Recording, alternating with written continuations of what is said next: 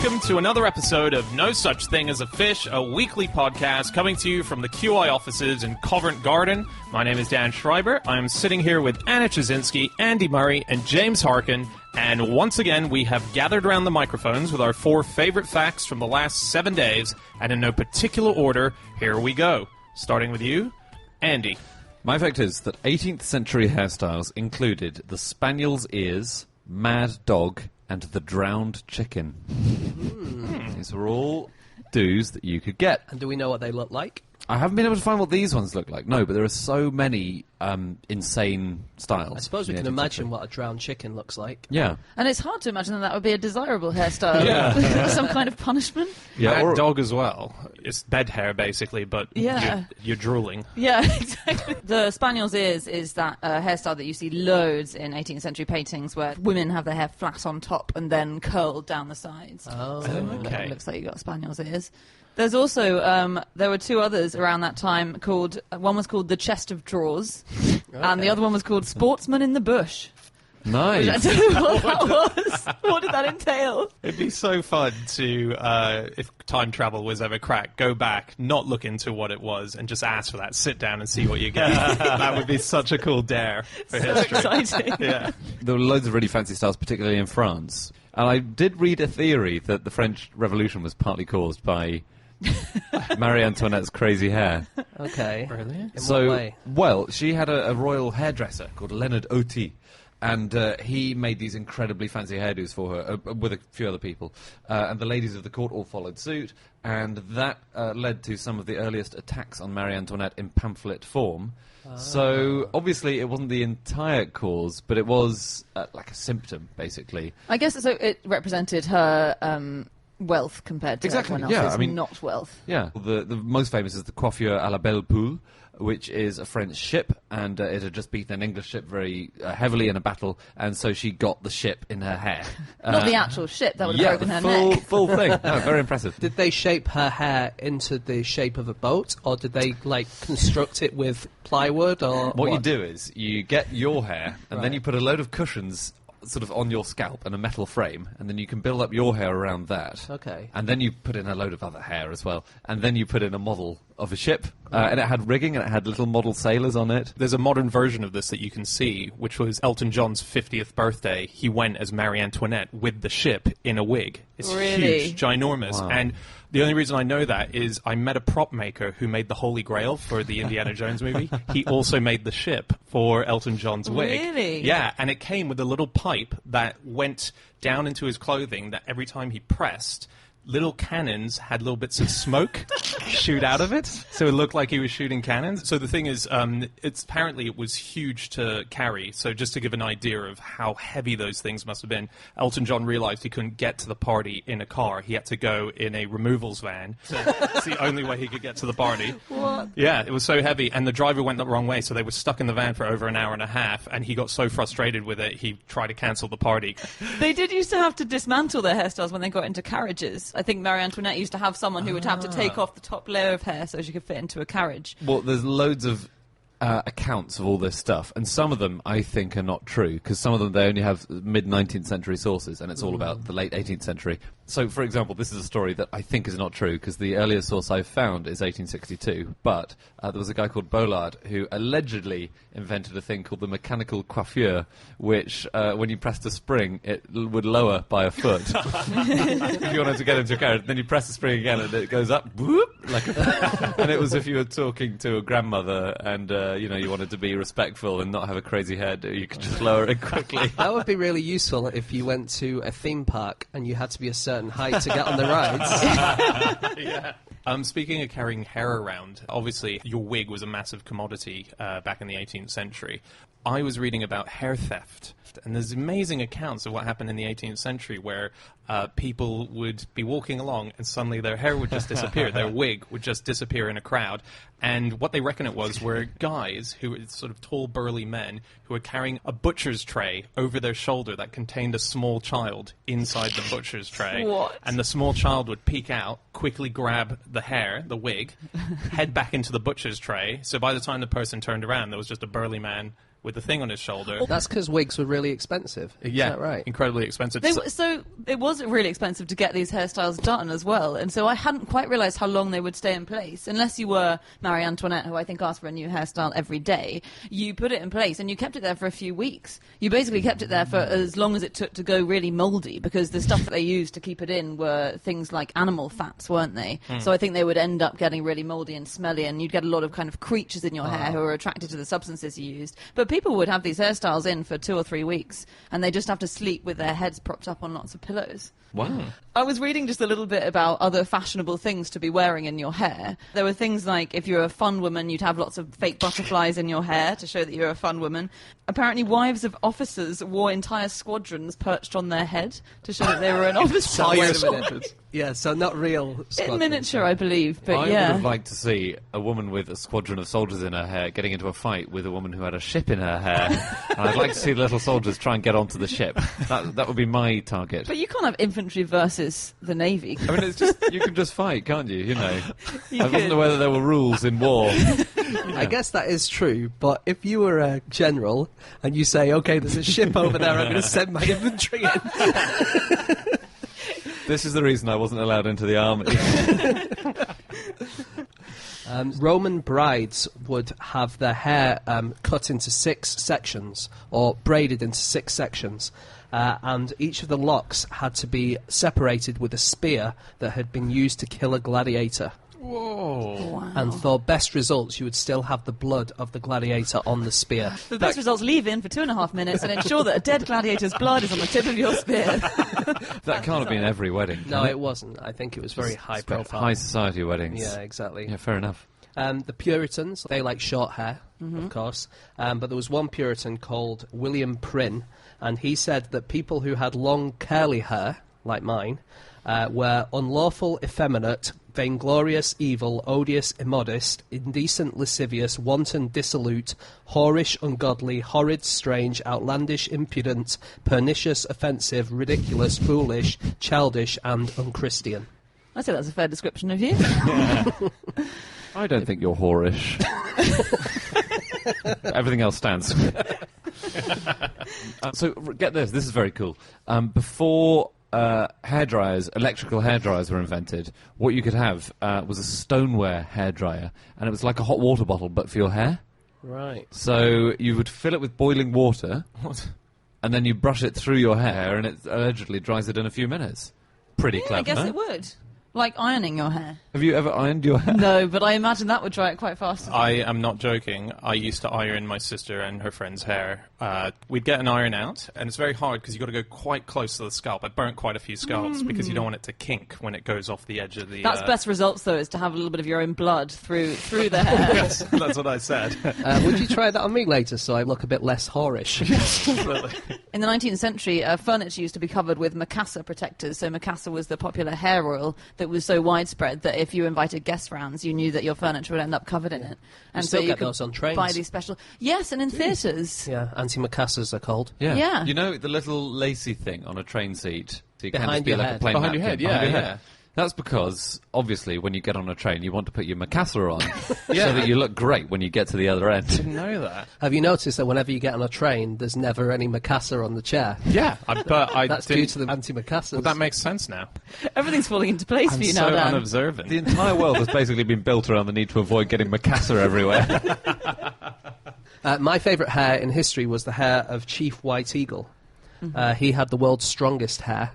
And he used to be dangled under an aeroplane by tying his hair to the bottom of an aeroplane. No. What? Hang on, so it would take off? At what point do we think he discovered that he could do that? Well, he also jumped from planes with his hair attached to parachutes. That is so cool. Yeah. What, Yeah. So he would let it open and his hair was the string? Yeah. I think there were also That's a strings. short parachute, presumably. There were longer strings attached to his hair, but his hair was basically the thing attaching him to the parachute. When was this guy active? I'm not service? sure. It was In early. service. It sounds like was he fighting? Was in a military capacity? He was hanging from planes. He or- was early 20th century. What military application could that have? All right, chaps, we've got the mission. We need to take out the ship, but we've only got a plane to do it with. Can we not send in the infantry? Afraid not. They all drowned last week.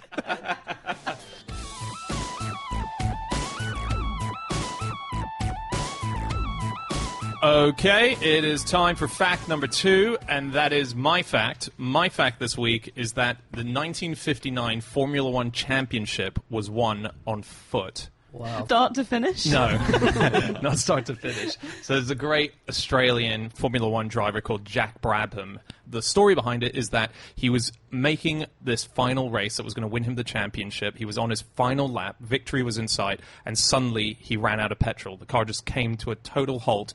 And that should have been the end of the race for him. Instead, he got out and he pushed the car all the way to the finishing line. And he came in 4th place, but that was enough to win him the championship. Jack Brabham is the only person to have won a Formula One race driving one of his own cars. Yes. Because he later went into making cars and developing them. And Right, so, it's not just his run around they used to take. no. Little Ford Focus that he had, yeah.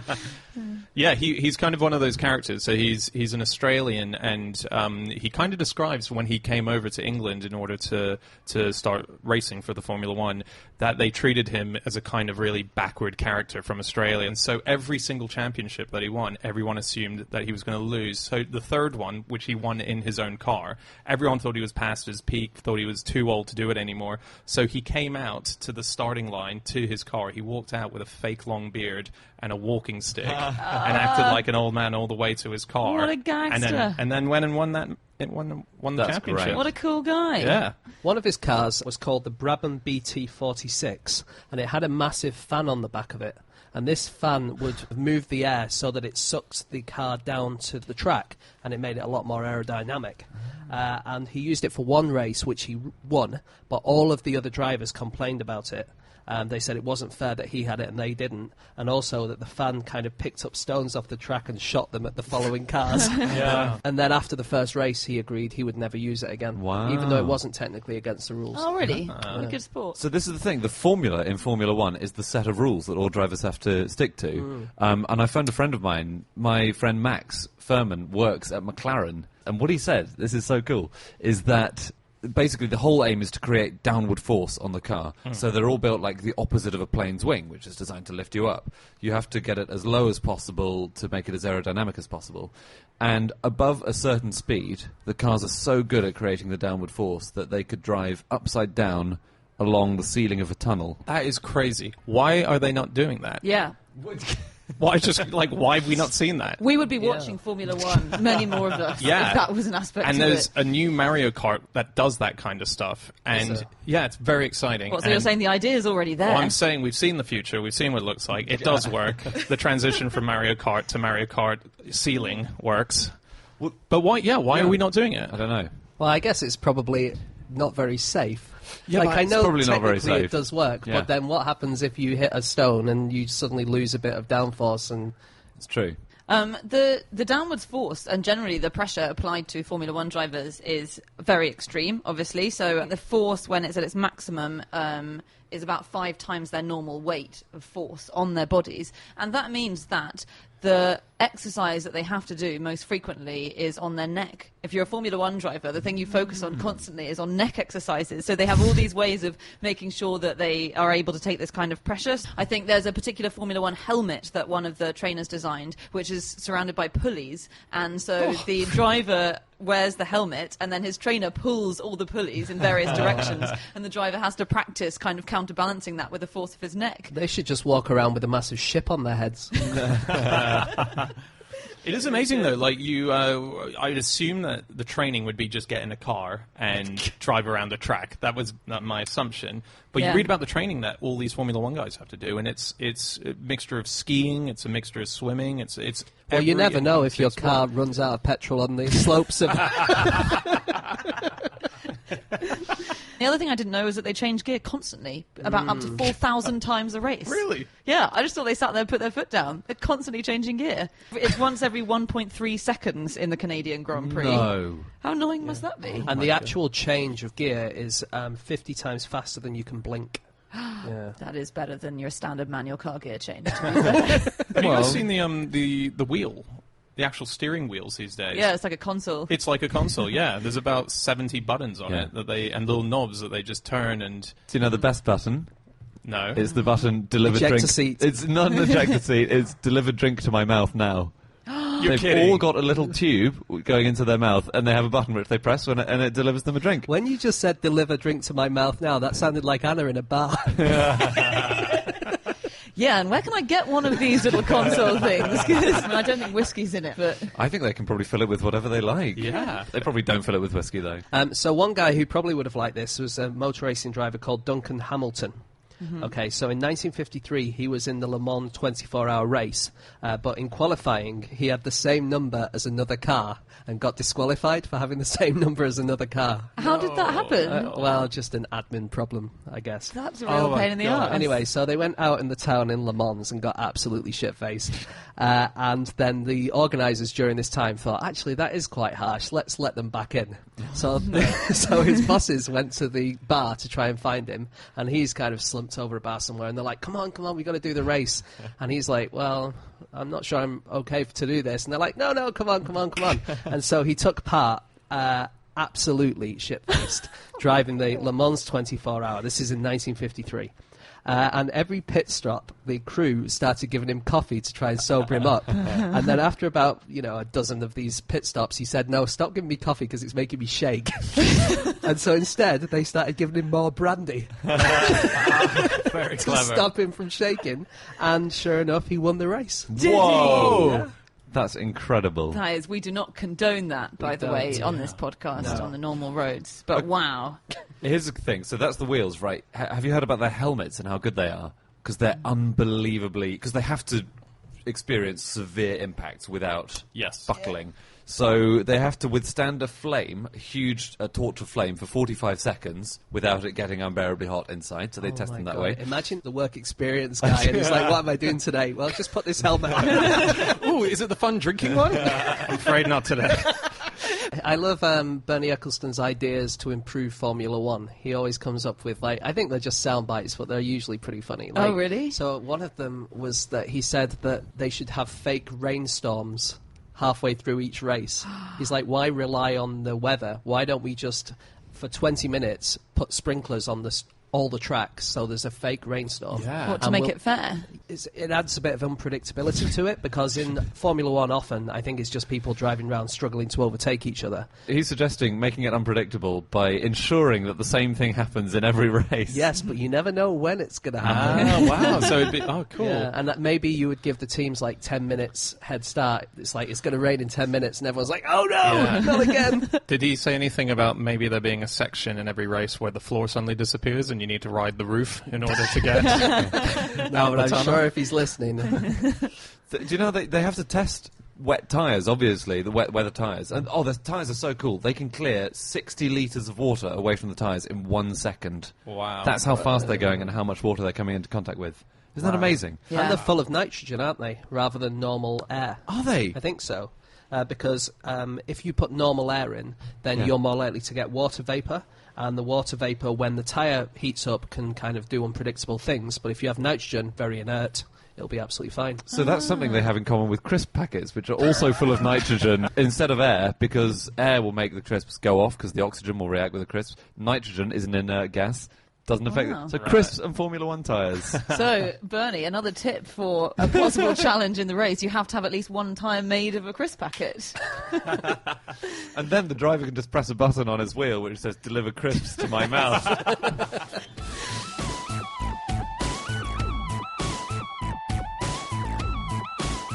Okay, it's time for fact number 3, and that's James.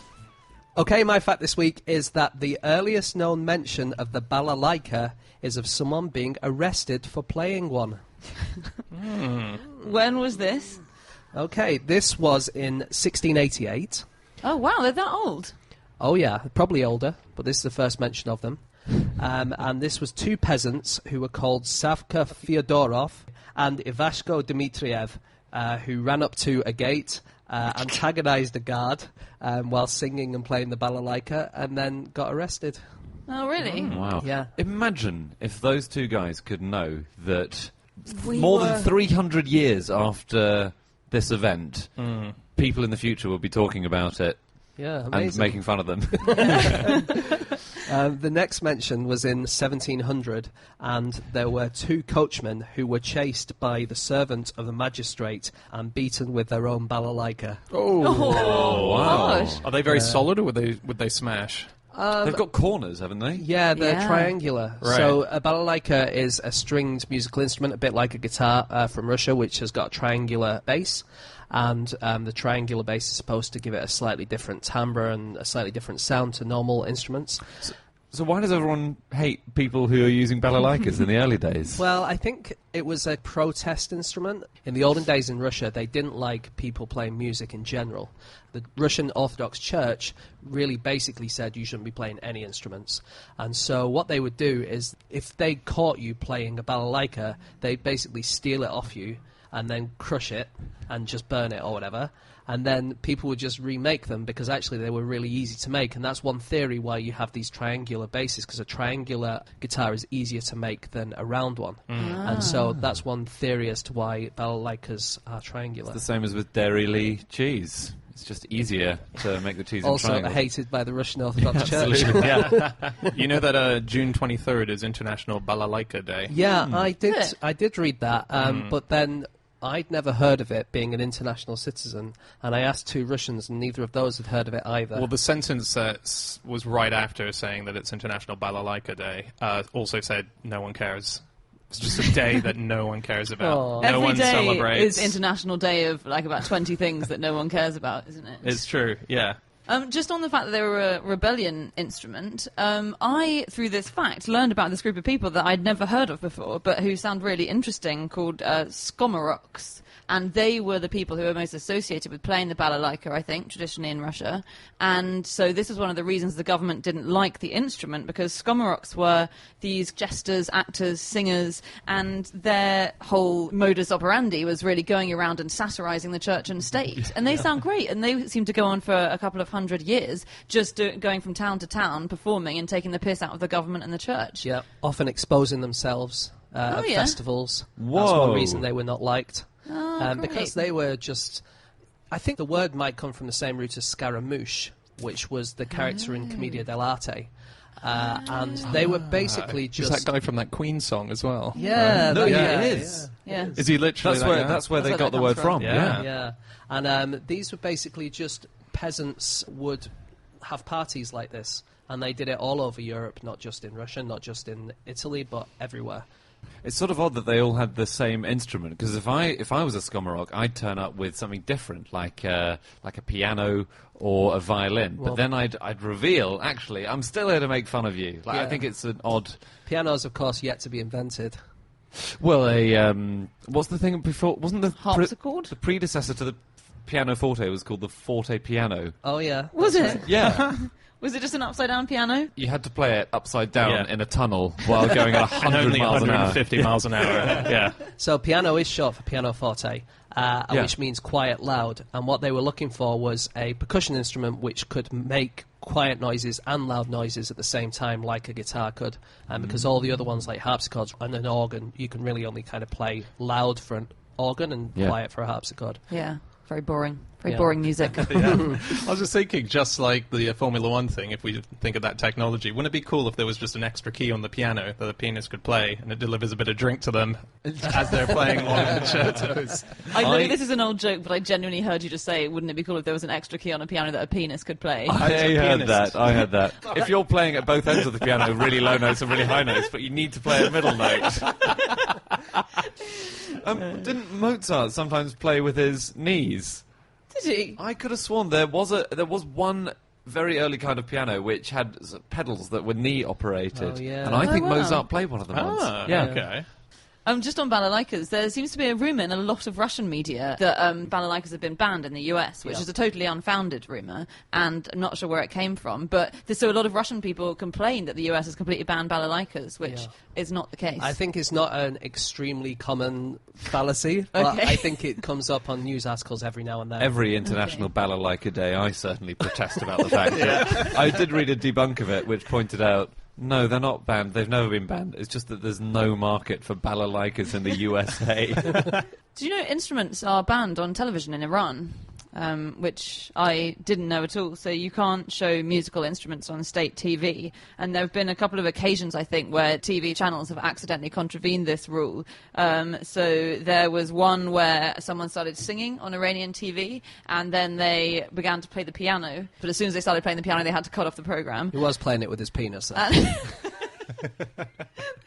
If you have an orchestra shown, then only the singer can be in front of a curtain, and then the rest of the orchestra and all the players are behind the curtain. Which is really interesting because it's thought to be, some Shia clerics think that it's an act that's forbidden by Islamic law to show musical instruments in public. Right. Another weird instrument that was invented by a Russian is the theremin. So the way you play it is it has antenna which sense the vibrations of your hand, so you don't touch the instrument while playing it. You can be sort of a decent distance away, can't you? And your right hand controls the pitch, so your right hand is controlling the notes that you play, and your left hand controls the volume. And it's rigged up to know this instrument. And it sounds really lovely. It sounds kind of like a very high-pitched violin and almost like a human voice. Like a lot of instruments, it sounds lovely if you know how to play it. Yeah. Yes, yeah.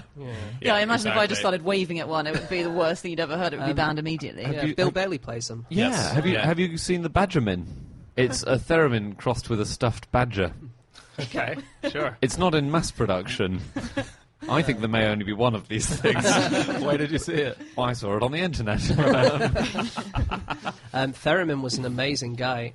He invented loads of really cool stuff.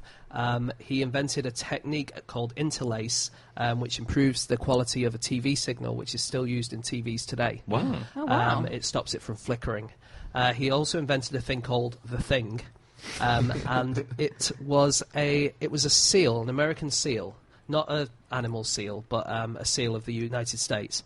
And there was a eavesdropping device inside it, and it hung for 7 years in plain view on the US ambassador's Moscow office, and they managed to listen in to everything that was said for 7 years until it was accidentally discovered by some British guy, I think. But this technology that he used in it was amazing. It's called RFID, radio frequency identification, and it's the kind of stuff you use in Oyster cards or contactless, or say you have a key card to get into a hotel room. It's that technology which he invented. Oh, Which wow. was originally used for spying. He eventually vanished, didn't he? I think he got taken away by the Soviets one night in 1938. Really? Never returned. Didn't realise he brought one of the instruments along, James. What did you think this badger was next to him?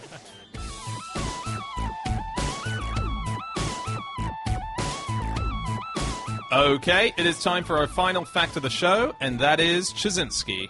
My fact this week is that lemurs and lorises like their liquor as strong as possible.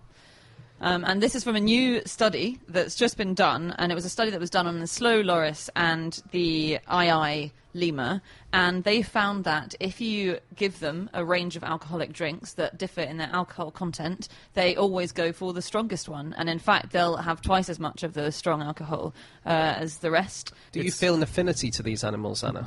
I always did. You know, the slow loris is so adorable, and people often say the same about me, so I could have guessed they... It's about 5% is Yeah. the highest. Okay. So it's like getting Stella instead of Carling. Precisely, yeah. There's just the more alcohol, the better. Yeah. And we don't know why, because you would have thought it would put you at a disadvantage, because once you get drunk, then your motor responses are damaged and your concentration isn't as good, and you'd have thought you're easy prey. But on the other hand, then you get calories from alcohol.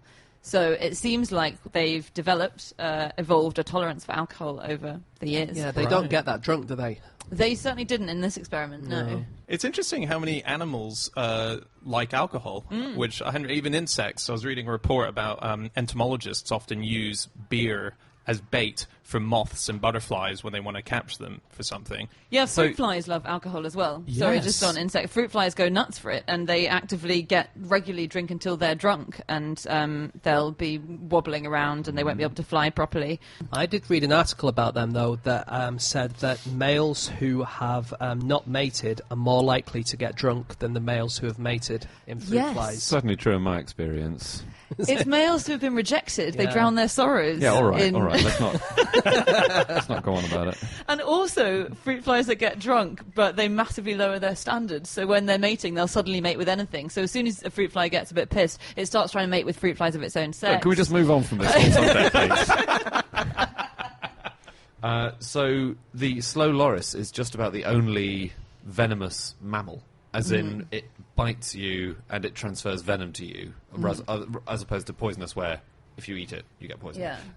So it's really odd, though, because it keeps its venom in an elbow patch. Yeah. And to poison you, it has to lick the inside of its elbow, where it's got these glands, and it secretes the poison from there, and then it's got the venom in its mouth, and then it swirls it round in its mouth with its own saliva, and that activates the venom, making it really dangerous. They've only killed one person documented in medical literature. And that was someone who went into anaphylaxis, wasn't it? Yeah, exactly. Right. And there are all these videos of them online being tickled, and it's supposedly really adorable. What they're actually doing is lifting up their arms to try and get to their venom glands. Well, what I was going to say, if you're going to put a venom gland anywhere, don't put it on your elbow, which is famously the bit that's hardest to lick in the whole body. I know. That's a really good point. That sounds like a funny joke from God. At the slow loris's expense. Do you know the gentle lemur is one of the most aggressive lemurs there is? No. It's weird. But it's just based on a weird etymological thing where it looked a little bit like a marmoset whose name was Hapali, and Hapali means gentle, and so it was called the gentle lemur. It's actually a complete bastard. Whoa. In captivity, they're really vicious. That's really funny. That's hilarious. What do they do? Like, what levels of viciousness? They'll key your car. Yeah. You let them get near your car, they'll key it. I'll just be rude online, Finish stuff like your this. pint. Yeah. Trolling. Yeah. Okay, that's it. That's all of our facts. Thank you so much for listening. If you would like to get in contact with any of us about the things that we've said over the course of this podcast, we can all be found on our Twitter accounts. I'm on @Schreiberland, Andy, At Andrew Hunter M. James, At egg-shaped. and Anna. You can email podcast@qi.com. Yep, or you can go to our group account, which is @QI Podcast, or go to nosuchthingAsAfish.com, where we have all of our previous episodes. We'll be back again next week with another episode. We'll see you then. Goodbye.